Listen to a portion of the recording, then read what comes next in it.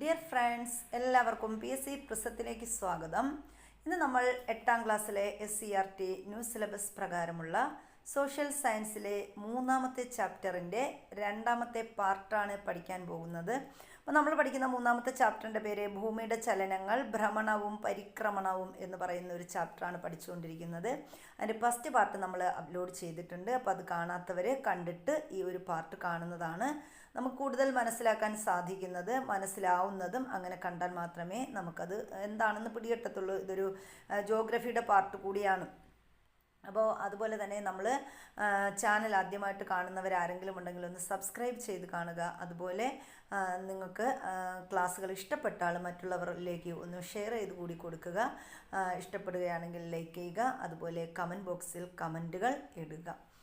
അപ്പം നമുക്ക് സമയം കളയാതെ നമ്മൾ ക്ലാസ്സിലേക്ക് കടക്കുന്നു. കഴിഞ്ഞ പ്രാവശ്യം നമ്മൾ സൂര്യൻ്റെ അയനമൊക്കെ പറഞ്ഞായിരുന്നു. ഇന്നിനി നമ്മൾ പഠിക്കാൻ പോകുന്ന ഭാഗമെന്ന് പറയുന്നത് നമ്മൾ സൂര്യൻ്റെ ആപേക്ഷിക സ്ഥാനമെന്ന് പറഞ്ഞിട്ട് ഇവിടെ ഒരു ബോക്സ് തന്നിട്ടുണ്ട്. അപ്പോൾ സൂര്യൻ്റെ ആപേക്ഷിക സ്ഥാനം ഉത്തരായന ദക്ഷിണായന രേഖകൾക്കിടയിൽ സൂര്യൻ്റെ സ്ഥാനം മാറുന്നതായി അനുഭവപ്പെടുന്നു. അപ്പോൾ ഉത്തരായന രേഖയിലും ദക്ഷിണായന രേഖയിലും ഇതിന് രണ്ട് രേഖകൾക്കിടയിലും സൂര്യൻ്റെ സ്ഥാനം എങ്ങനെയാണ്? അവിടെ നിൽക്കുകയാണോ ചെയ്യുന്നത്? അല്ല, അതിങ്ങനെ മാറുന്നതായിട്ടാണ് അനുഭവപ്പെടുന്നത്. യഥാർത്ഥത്തിൽ നമുക്ക് അങ്ങനെ അനുഭവപ്പെടാൻ കാരണം എന്താണ്? ഭൂമിയുടെ അച്ചുതണ്ടിൻ്റെ ചരിവും പരിക്രമണവും കാരണം ഭൂമിയിൽ നിന്ന് നോക്കുമ്പോൾ സൂര്യൻ്റെ സ്ഥാനം മാറുന്നതായി നമുക്ക് അനുഭവപ്പെടുന്നതാണ്. അപ്പോൾ ഭൂമിയുടെ നമ്മുടെ അച്ചുതണ്ടിൻ്റെ ചരിവും പരിക്രമണവും കാരണമാണ് ഭൂമിയിൽ നിന്ന് നോക്കുമ്പോൾ സൂര്യൻ്റെ സ്ഥാനം മാറുന്നതായിട്ട് നമുക്ക് അനുഭവപ്പെടുന്നത്. അതല്ലാതെ സൂര്യൻ സ്ഥാനം മാറിപ്പോകുന്നതൊന്നുമല്ല. നമ്മൾ നമ്മുടെ പരിക്രമണം, ഭ്രമണം ഇതൊക്കെ കൊണ്ട്, അതുപോലെ ചരിവ്, ഇതെല്ലാം കൊണ്ട് എന്ത് ചെയ്യുന്നു? ഭൂമിയുടെ അച്ചുതണ്ടിൻ്റെ ആ ഒരു ചരിവ് കൊണ്ടാണ് ഈ സൂര്യൻ്റെ സ്ഥാനം മാറുന്നതായിട്ട് നമുക്ക് അനുഭവപ്പെടുന്നത്. ഇനി നമ്മൾ അടുത്ത് പഠിക്കാൻ പോകുന്നത്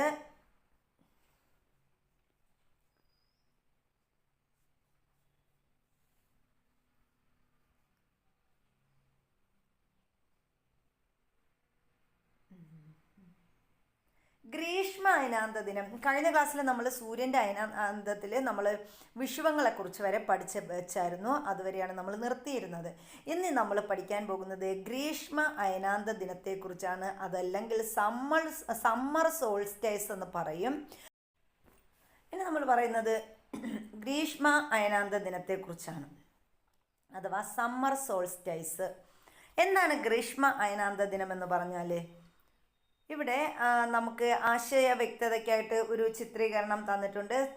അപ്പോൾ ഇതിലെന്താ പറയുന്നത്? 23.5 ഡിഗ്രി ഉത്തരായന രേഖയും 23.5 ഡിഗ്രി തെക്ക് ദക്ഷിണായന രേഖയും ഇങ്ങനെ തന്നിട്ടുണ്ട്. സൂര്യൻ ഇവിടെ ജൂൺ 21 ആകുമ്പോൾ എന്ത് ചെയ്യുന്നു? ജൂൺ 21 സൂര്യൻ്റെ സ്ഥാനമെന്ന് പറയുന്നത് എവിടെയാണ്? ഉത്തരായന രേഖയിൽ, അതായത് 23.5 ഡിഗ്രി വടക്കാണ്. ഇനി മാർച്ച് 21 ആവുമ്പോൾ എന്ത് ചെയ്യുന്നു?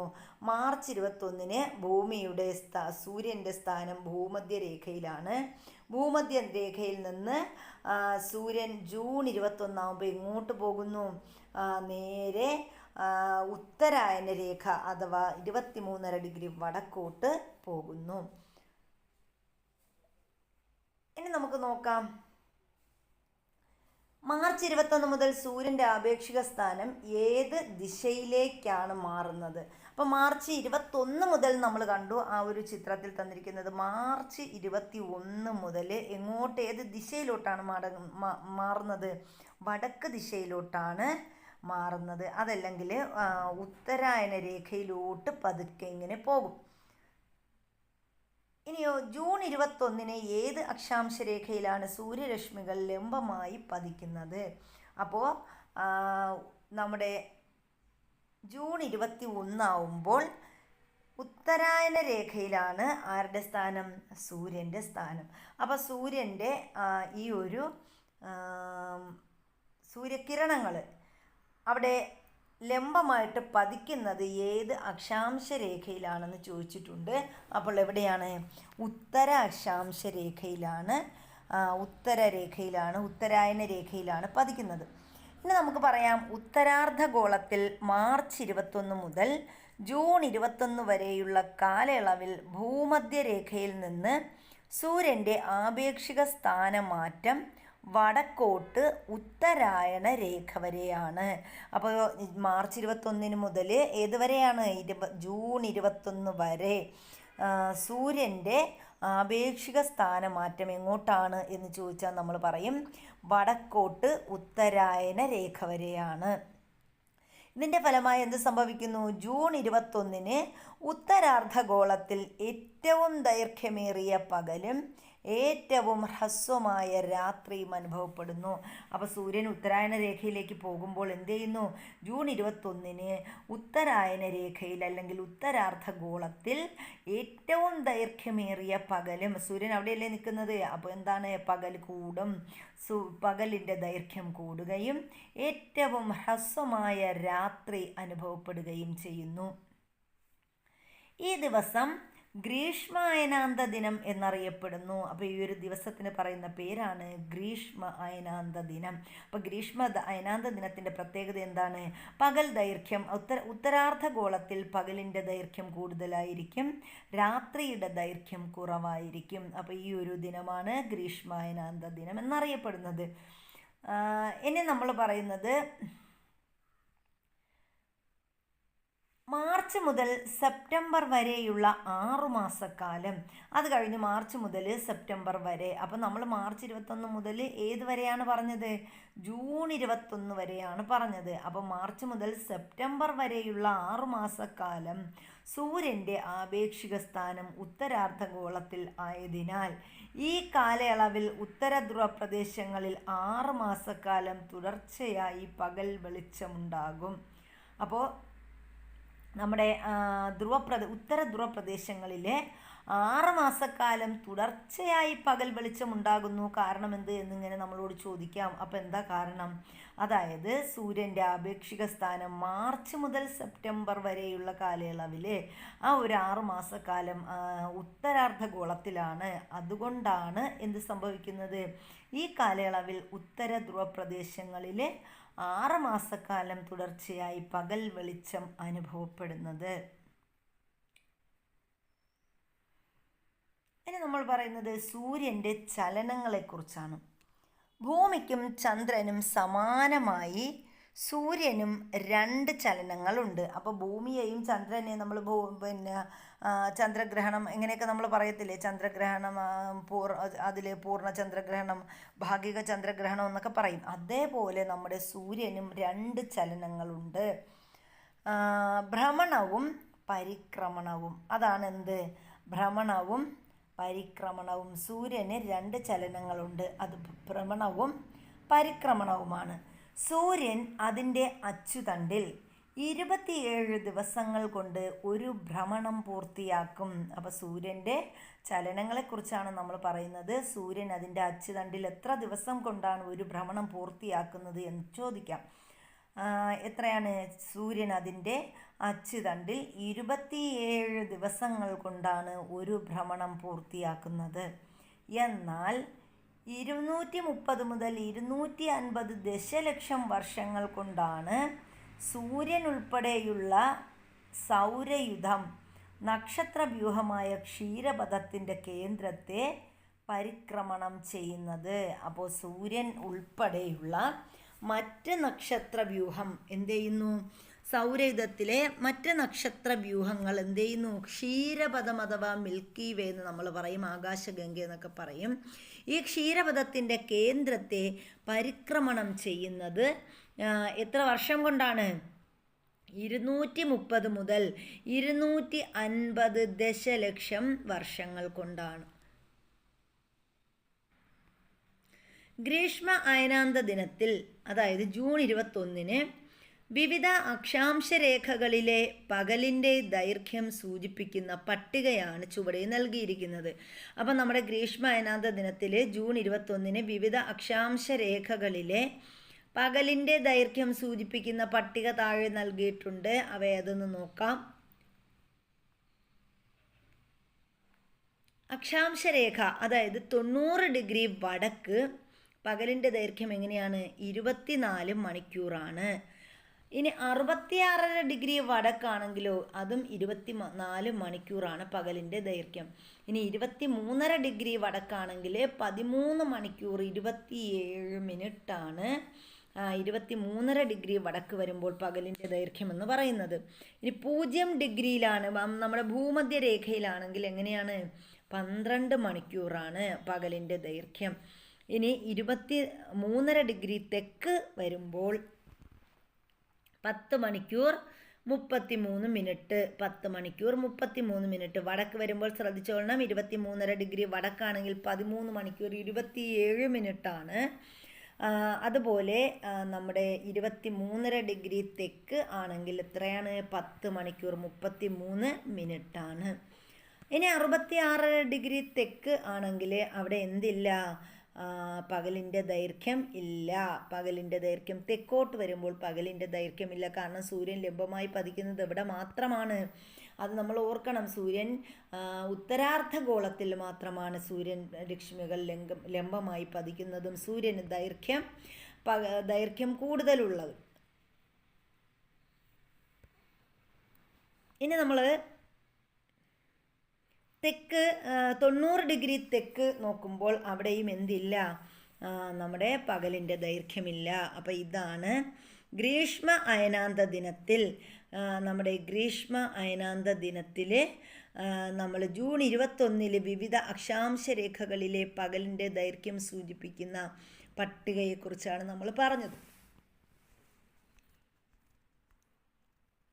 ഇനി ഗ്രീഷ്മ അയനാന്ത ദിനത്തിൽ ദക്ഷിണാർദ്ധഗോളത്തിലെ പകലിൻ്റെ ദൈർഘ്യത്തിന് എന്ത് മാറ്റമാണ് ഉണ്ടാകുന്നത്? അപ്പോൾ ഗ്രീഷ്മ അയനാന്ത ദിനത്തിൽ അതായത് ജൂൺ 21 ദക്ഷിണാർദ്ധഗോളത്തിൻ്റെ പകലിൻ്റെ ദൈർഘ്യത്തിൽ എന്തെങ്കിലും മാറ്റം ഉണ്ടാകുന്നുണ്ടോ? അപ്പോൾ നമ്മൾ പറഞ്ഞു 23.5 ഡിഗ്രി തെക്ക് ആണെങ്കിൽ അവിടെ എന്തുണ്ട്? 10 മണിക്കൂർ 33 മിനിറ്റ് പകലിൻ്റെ ദൈർഘ്യം വരുന്നുണ്ട്. എന്നാൽ 66 ഡിഗ്രി തെക്കിലും 90 ഡിഗ്രി തെക്കിലും പകലിൻ്റെ ദൈർഘ്യം ഇല്ല. ഉത്തരാർദ്ധഗോളത്തിലെ ധ്രുവപ്രദേശത്ത് 6 മാസക്കാലം പകലായിരിക്കും. അപ്പോൾ ഉത്തരാർദ്ധഗോളത്തിൽ ധ്രുവപ്രദേശത്ത് വരുമ്പോൾ അവിടെ എന്താണ്? 6 മാസക്കാലം പകലായിരിക്കും. അങ്ങനെയെങ്കിൽ ഈ കാലയളവിൽ ദക്ഷിണ ധ്രുവപ്രദേശങ്ങളിലെ രാത്രിയുടെ ദൈർഘ്യം ഇപ്രകാരമായിരിക്കും. അപ്പോൾ ഉത്തരാർദ്ധഗോളത്തിൽ ധ്രുവപ്രദേശത്ത് 6 മാസക്കാലം പകലാവുമ്പോൾ അവിടെ പകലിൻ്റെ ദൈർഘ്യം കൂടുതലാണ് എന്നാണ് നമ്മൾ പറഞ്ഞത്. അതുപോലെ ദക്ഷിണാർദ്ധഗോളത്തിലാണെങ്കിൽ എന്തായിരിക്കും?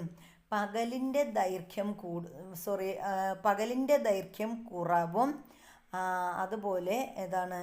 രാത്രിയുടെ ദൈർഘ്യം കൂടുതലുമായിരിക്കും. നേരെ അവിടെ ഉത്തരാർദ്ധഗോളത്തിൽ പകൽ കൂടുതലാണ്. അപ്പോൾ നേരെ മറിച്ച് ദക്ഷിണാർദ്ധഗോളത്തിൽ എന്താണ്? രാത്രിയാണ് കൂടുതലായിട്ട് വരുന്നത്. രാത്രി കൂടുതലായിരിക്കും. അടുത്ത് നമ്മൾ പറയുന്നത് ശൈത്യ അയനാന്ത ദിനം അഥവാ വിൻ്റർ സോൾസ്റ്റൈസിനെ കുറിച്ചാണ് പറയുന്നത്. ശൈത്യ അയനാന്ത ദിനം. അപ്പോൾ ഇവിടെ ചിത്രം തന്നിട്ടുണ്ട്. ശൈത്യ അയനാന്ത ദിനത്തിലെ പ്രത്യേകത എന്താണ്? സെപ്റ്റംബർ 23 നമ്മുടെ സൂര്യൻ എന്ത് ചെയ്യുന്നു? ഉത്തരാർദ്ധഗോളത്തിൽ നിന്നും ദക്ഷിണാർദ്ധഗോളത്തിലോട്ട് വരുന്നു. അപ്പോൾ നമ്മുടെ സൂര്യൻ എങ്ങോട്ടാണ്? സെപ്റ്റംബർ 23 നമ്മുടെ സൂര്യൻ ഉത്തരാർദ്ധഗോളത്തിൽ നിന്ന് യാത്ര തിരിച്ച് എങ്ങോട്ട് വരുന്നു? ഡിസംബർ 23 ദക്ഷിണാർദ്ധഗോളത്തിൽ എത്തിച്ചേരുന്നു. ഡിസംബർ 23 സെപ്റ്റംബർ 23 മുതൽ യാത്ര തിരിച്ച് ഡിസംബർ 23 സൂര്യൻ എവിടെ എത്തിച്ചേരുന്നു?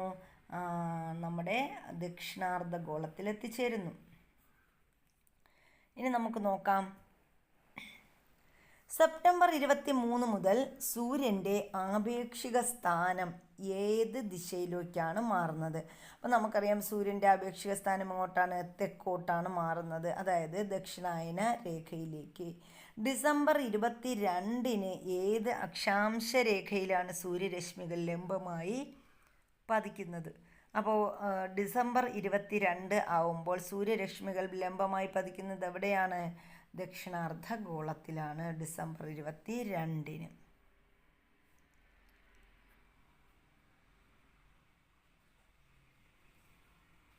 ദക്ഷിണാർദ്ധഗോളത്തിൽ സെപ്റ്റംബർ 23 മുതൽ ഡിസംബർ 22 വരെയുള്ള കാലയളവിൽ ഭൂമധ്യരേഖയിൽ നിന്നും സൂര്യൻ്റെ ആപേക്ഷിക സ്ഥാനമാറ്റം തെക്കോട്ട് ദക്ഷിണായന രേഖ വരെയാണ്.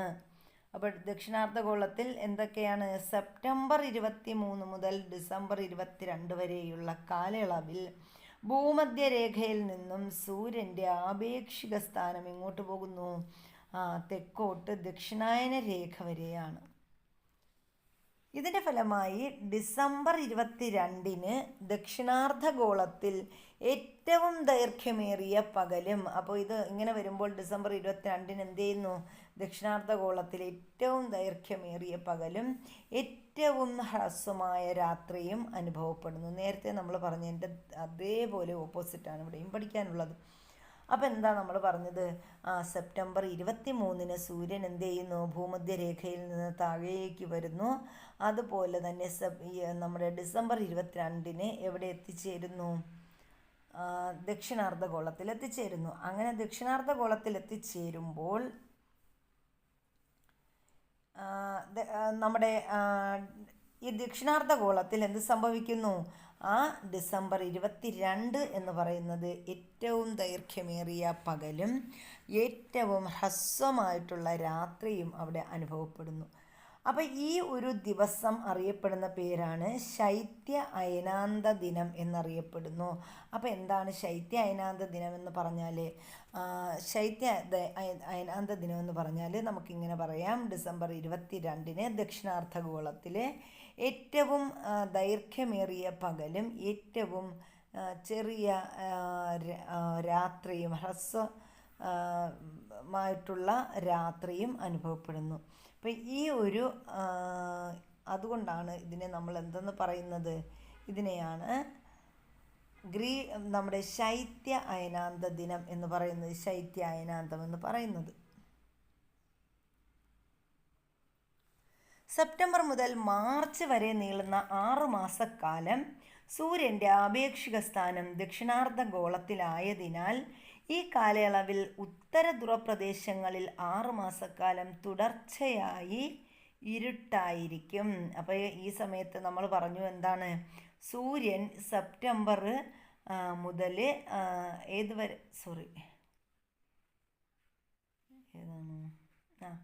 സെപ്റ്റംബർ മുതൽ സൂര്യൻ സെപ്റ്റംബർ മുതൽ മാർച്ച് വരെ നീളുന്ന 6 മാസക്കാലം, സെപ്റ്റംബർ 22 മുതൽ മാർച്ച് വരെ നീളുന്ന ആ ഒരു 6 മാസക്കാലം സൂര്യൻ്റെ ആപേക്ഷിക സ്ഥാനത്തിന് എന്താണ് സംഭവിക്കുന്നത്?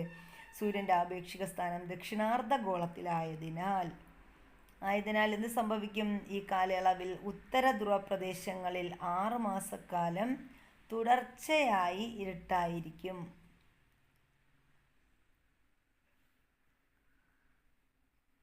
അപ്പോൾ ശൈത്യ അയനാന്ത ദിനത്തിൽ ഡിസംബർ 22 വിവിധ അക്ഷാംശ രേഖകളിലെ പകലിൻ്റെ ദൈർഘ്യം സൂചിപ്പിക്കുന്ന ഒരു പട്ടിക ഇവിടെ തന്നിട്ടുണ്ട്. ആ പട്ടികയുടെ സവിശേഷത എന്താണെന്ന് നോക്കാം. അപ്പോൾ ഇവിടെ എന്താണ്? അക്ഷാംശ രേഖയും പകലിൻ്റെ ദൈർഘ്യവും തന്നിട്ടുണ്ട്. 90 ഡിഗ്രി വടക്ക് എന്ത് നമ്മൾ നേരത്തെ പറഞ്ഞതുപോലെ 90 ഡിഗ്രി വടക്ക് പറയുകയാണെങ്കിൽ അവിടെ പകലിൻ്റെ ദൈർഘ്യമില്ല. 66 ഡിഗ്രി വടക്ക് ചോദിച്ചാലും അവിടെയും പകലിൻ്റെ ദൈർഘ്യമില്ല. അപ്പോൾ അതാണ് ഇതിൻ്റെ വ്യത്യാസം എന്ന് പറയുന്നത്.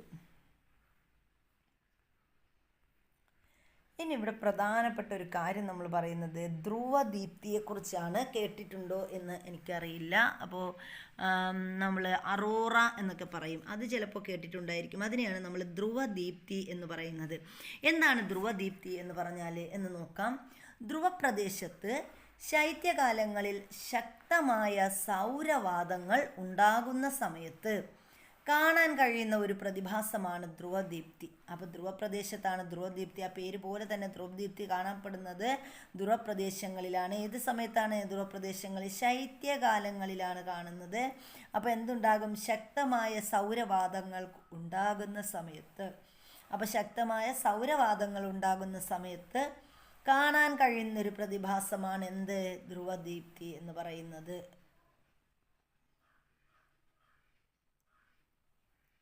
ഉയർന്ന അക്ഷാംശ പ്രദേശങ്ങളിൽ അന്തരീക്ഷത്തിലെ പ്രകൃതിദത്തമായ വർണ്ണ വെളിച്ചമാണ് ധ്രുവദീപ്തി. അപ്പം ധ്രുവദീപ്തി എന്ന് പറഞ്ഞാൽ എന്താ? ഉയർന്ന അക്ഷാംശ പ്രദേശങ്ങളിലാണ് നമുക്ക് കാണാൻ പറ്റുന്നത്. ഉയർന്ന അക്ഷാംശ പ്രദേശങ്ങളിൽ അന്തരീക്ഷത്തിലെ പ്രകൃതിദത്തമായ വർണ്ണ വെളിച്ചമാണ് എന്ത്? ധ്രുവദീപ്തി എന്ന് പറയുന്നത്. അപ്പോൾ ഈ ഉയർന്ന അക്ഷാംശ പ്രദേശങ്ങളിലെ അന്തരീക്ഷത്തിലെ പ്രകൃതിദത്തമായിട്ട്, ഡ്യൂപ്ലിക്കേറ്റ് ഒന്നും അല്ല, പ്രകൃതിദത്തമായ വർണ്ണ വെളിച്ചമാണ് എന്തെന്ന് പറയുന്നത്? ധ്രുവദീപ്തി അഥവാ അറോറ എന്ന് പറയുന്നത്. ഉത്തര ധ്രുവഭാഗങ്ങളിൽ അറോറ ബോറിയാലിസ് എന്നും ദക്ഷിണ ധ്രുവഭാഗങ്ങളിൽ അറോറ ഓസ്ട്രാലിസ് എന്നും വിളിക്കുന്നു. അപ്പോൾ അറോറ 2 തരത്തിലുണ്ട്. അത് ഉത്തര ധ്രുവഭാഗങ്ങളിലെ അറോറ എന്തെന്നാ പറയുന്നത്? അറോറ ബോറിയാലിസ്. അപ്പോൾ ഇങ്ങനെ ആലോചിച്ചാൽ മതി. നമ്മൾ ഈ എപ്പോഴും ഉത്തരം പറയുമ്പോൾ ഉത്തര ധ്രുവഭാഗങ്ങളിൽ എന്താണ്? ആ അറോറ ഭയങ്കര ബോറാണ്. ഉത്തര അറോറ എന്ന് പറയുന്നത് എന്താണ്? അതിനെ നമ്മൾ അറോറ ബോറിയാലിസ് എന്ന് പറയും. ഉത്തരം പറയാൻ ബോറാണ്.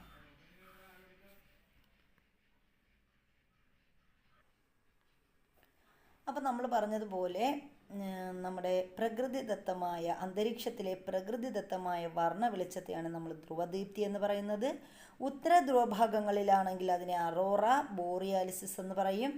അത് ദക്ഷിണ ധ്രുവഭാഗങ്ങളിൽ കാണപ്പെട്ടാൽ അതിനെ നമ്മൾ അറോറ ഓസ്ട്രാലിസ് എന്നും വിളിക്കുന്നു. അപ്പോൾ അത് ഓർത്ത് വയ്ക്കുക. ഇനി നമ്മൾ നേരത്തെ പറഞ്ഞ 23.5 ഡിഗ്രി വടക്ക് ആണെങ്കിൽ നമ്മുടെ അക്ഷാംശരേഖ താഴോട്ടുകൂടി തന്നിട്ടുണ്ട് കേട്ടോ. അക്ഷാംശരേഖയും പകലിൻ്റെ ദൈർഘ്യവും, അതായത് ശൈത്യ അയനാന്ത ദിനങ്ങളിലെ അക്ഷാംശരേഖയും പകലിൻ്റെ ദൈർഘ്യവും നമ്മൾ ഒന്നുകൂടി പറയുന്നുണ്ട്. 90 ഡിഗ്രി വടക്കാണെങ്കിൽ അവിടെ പകലിന് ദൈർഘ്യമില്ല. 66.5 ഡിഗ്രി വടക്ക് ആണെങ്കിലും അവിടെ പകലിൻ്റെ ദൈർഘ്യം ഇല്ല. അതുപോലെ 23.5 ഡിഗ്രി വടക്ക് ആണെങ്കിൽ 10 മണിക്കൂർ 33 മിനിറ്റ് ആണ് പകലിൻ്റെ ദൈർഘ്യം. 23.5 ഡിഗ്രി വടക്ക്. 0 ഡിഗ്രി ആണെങ്കിൽ 12 മണിക്കൂർ. 23.5 ഡിഗ്രി തെക്കാണെങ്കിൽ 13 മണിക്കൂർ 27 മിനിറ്റ്. 66 ഡിഗ്രി തെക്കാണെങ്കിലോ 24 മണിക്കൂർ. 90 ഡിഗ്രി തെക്കിനും 24 മണിക്കൂർ. ഇങ്ങനെയാണ് നമ്മുടെ ശൈത്യ അയനാന്ത ദിനത്തിലെ പകലിൻ്റെ ദൈർഘ്യം, അക്ഷാംശരേഖയിലെ രേഖയും അതിൻ്റെ പകലിൻ്റെ ദൈർഘ്യവും എന്ന് പറയുന്നത്. ഇനി ഇവിടെ ഒരു പട്ടിക പൂർത്തിയാക്കാൻ പറഞ്ഞിട്ടുണ്ട്. സൂര്യൻ്റെ ആപേക്ഷിക സ്ഥാനം. അപ്പോൾ സൂര്യൻ്റെ ആപേക്ഷിക സ്ഥാനം ദിവസം, അതുപോലെ ദിനം, ഉത്തരാർദ്ധഗോളം, അതുപോലെ അവിടെ പകലിൻ്റെ ദൈർഘ്യം, രാത്രിയുടെ ദൈർഘ്യം, ദക്ഷിണാർദ്ധഗോളത്തിൽ അവിടെയും പകലിൻ്റെയും രാത്രിയുടെയും ദൈർഘ്യം ഒക്കെ തന്നിട്ടുണ്ട്. അപ്പോൾ എന്താണ് എന്ന് നമ്മൾ കണ്ടെത്തേണ്ടിയിരിക്കുന്നു. ഇവിടെ കുറേ കാര്യങ്ങൾ നമ്മൾ കണ്ടെത്തി എഴുതേണ്ടതുണ്ട്. അപ്പം നമുക്കിവിടെ നോക്കാം.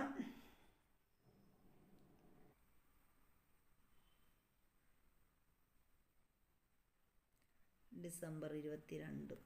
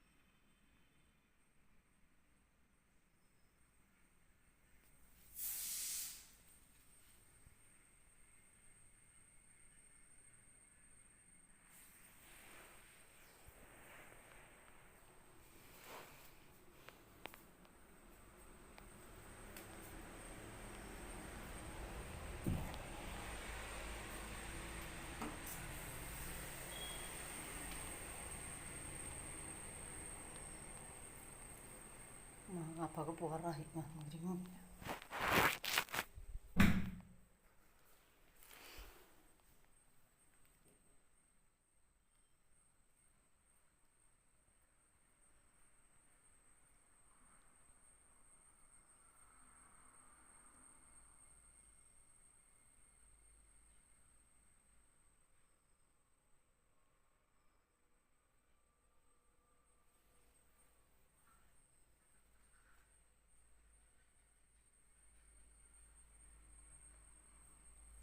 അടുത്ത് ഇവിടെ നമുക്ക് മാർച്ച് 21 മുതൽ സെപ്റ്റംബർ 21 വരെ എന്താണ്?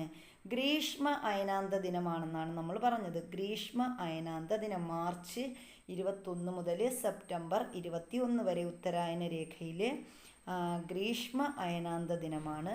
ഗ്രീഷ്മ അയനാന്ത ദിനത്തിൽ ഉത്തരാർദ്ധഗോളത്തിൽ എങ്ങനെയാണ്? പകലിൻ്റെ ദൈർഘ്യം കൂടുതലും ഏറ്റവും കുറവ് രാത്രിയുടെ ദൈർഘ്യം ഏറ്റവും കുറവുമാണ്.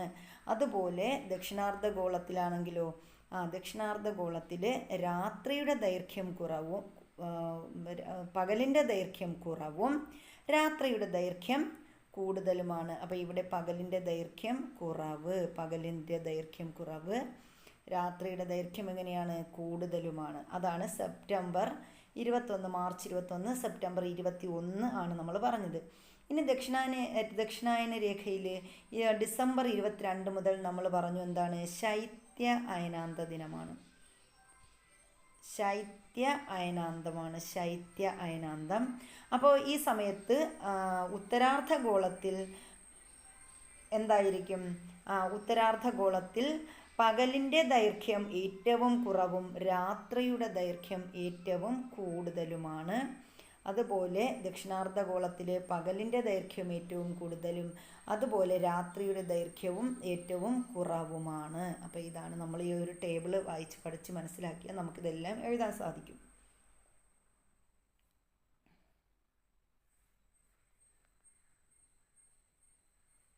അപ്പോൾ ഇന്നത്തെ ക്ലാസ്സിൽ നമ്മൾ ഇത്രയും ഇതോടുകൂടി നമ്മൾ ഇന്നത്തെ ഒരു ക്ലാസ് വൈൻഡപ്പ് ചെയ്യുകയാണ്. അപ്പോൾ നമ്മുടെ ക്ലാസ്സുകൾ ഇഷ്ടപ്പെട്ടിട്ടുണ്ടെങ്കിൽ ലൈക്ക് ചെയ്യാൻ മറക്കരുത്. അതുപോലെ തന്നെ നിങ്ങൾക്ക് വേണ്ടപ്പെട്ടവരിലേക്ക് ഇതൊന്ന് ഷെയർ ചെയ്ത് കൂടി കൊടുക്കുക. അപ്പോൾ അടുത്തൊരു വീഡിയോയിൽ കാണുന്നത് വരെ എല്ലാവർക്കും all the best. Thank you.